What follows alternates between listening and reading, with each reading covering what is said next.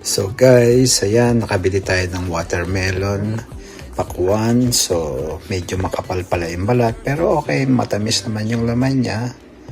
Pero ayun, naisipan natin gawing panahog o gulay. So ayan, medyo hihiwain lang natin ng pino, slice natin siya ng paside at maninipis, parang lutong sayote or papaya siya, di ba? So ayun, ang unang recipe natin ay ang sardines.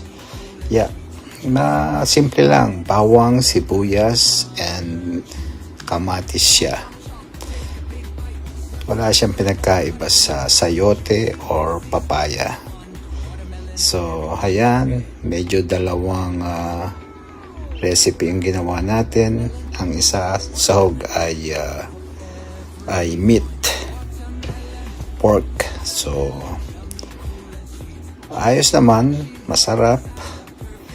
Kaya guys, try nyo pagka nakabili kayo ng pakwan na medyo makapal ang balat.